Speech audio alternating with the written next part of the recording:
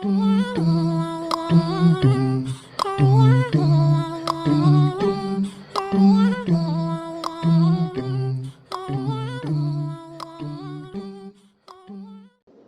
वालेकुम बिलाल भाई, कैसे हैं आप? वालेकुम सलाम राहुल, कैसे हो? मैं बिल्कुल ठीक हूँ बिलाल। और बताओ कैसे आना हुआ, सब ठीक है? हाँ बिलाल भाई, मेरा एक सवाल था आपसे। हाँ पूछो राहुल, क्या बात है? और मैं तो माशाल्लाह से आज तो सरप्राइज हो गया जिस तरीके से तुमने सलाम किया। जी हाँ बिलाल भाई, बिल्कुल ठीक कहा आपने। जो सलाम को लेकर जो मेरे डाउट्स थे वो आप ही ने काफ़ी अच्छे तरीके से क्लियर किए थे, और आज आप देखिए कितने अच्छे तरीके से मैंने आपको सलाम किया है। अभी पिछले कुछ दिनों से मेरे जो जहन में जो सवाल घूम रहा था वो ये था कि धर्म के नाम पर लोग फसाद मचाते हैं, एक दूसरे का कत्लेआम करते हैं, और जब एक ही ईश्वर है तो इतने सारे धर्म क्यों हैं? बस मेरे जो जहन में ये सवाल आए थे, मैं चाह रहा था उनका आप जवाब दे दीजिए। देखो राहुल, तुम्हारा सवाल यही है कि धर्म के नाम पर लोग फसाद करते हैं, एक दूसरे का कत्लेआम करते हैं, और जब एक ईश्वर है तो इतने सारे रिलीजन क्यों हैं, धर्म क्यों हैं? देखो, अगर मैं इसके अंदर बहुत गहराई में अगर हम उतरें तो काफ़ी सारा वक्त लग जाएगा। मैं बहुत ही मोटी मोटी बातें आसानी से तुम्हें बताने की कोशिश करूंगा, और मुझे पूरी उम्मीद है कि तुम्हारे जो डाउट्स हैं वो क्लियर हो जाएंगे इंशाल्लाह। बिल्कुल। देखो, सबसे पहली बात, ईश्वर अल्लाह ने मनुष्य को समझ और दिमाग दिया है ताकि वो उसका प्रयोग करे सत्य और असत्य को ढूंढने में।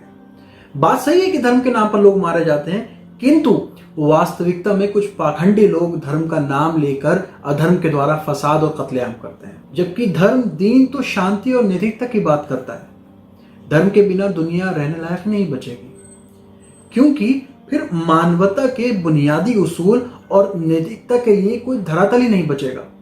समझ रहे हो ना बात को? धर्म से बंधे होने के बाद भी जानते बूझते लोग कितनी जुल्म ज्यादती करते हैं। यदि उन्हें खुली छूट मिल जाए तो अंदाजा लगाया जा सकता है कि क्या होगा। और देख ही रहे हो तुम, अपने आसपास के सब जगह देख रहे हो। नैतिकता का कोई मेयार ही नहीं बचेगा। हर वो बात जिसे नैतिकता मानते हैं उसे चैलेंज किया जा सकेगा। अच्छाई और बुराई का पैमाना ही खत्म हो जाएगा, और दुनिया में बहुसंख्या द्वारा अल्पसंख्यकों का ताकतवर द्वारा कमजोर का दमन और उत्पीड़न आम हो जाएगा। और ये बातें हमारे सामने आम है आज के टाइम में। धर्म आवश्यक है, इसलिए हमारे पैदा करने वाले ने हमें धर्म दिया, लेकिन स्वार्थी मनुष्यों ने हमेशा धर्म को अपने कंट्रोल में करने की कोशिश की और ईश्वर के आदेशों में अपने स्वार्थ के लिए बदलाव किए, जिसके परिणाम स्वरूप धर्म के नाम पर अधर्म वजूद में आया, और दुनिया में इतने सारे धर्म, मत, संप्रदाय और फिरके वजूद में आए। समझ रहे हो ना मेरी बात को? किंतु हमारे मालिक ने हमें ऐसे नहीं छोड़ दिया। उस अति कृपालु महान ईश्वर ने, उस अल्लाह ने हमारे मार्गदर्शन के लिए नबी भेजे।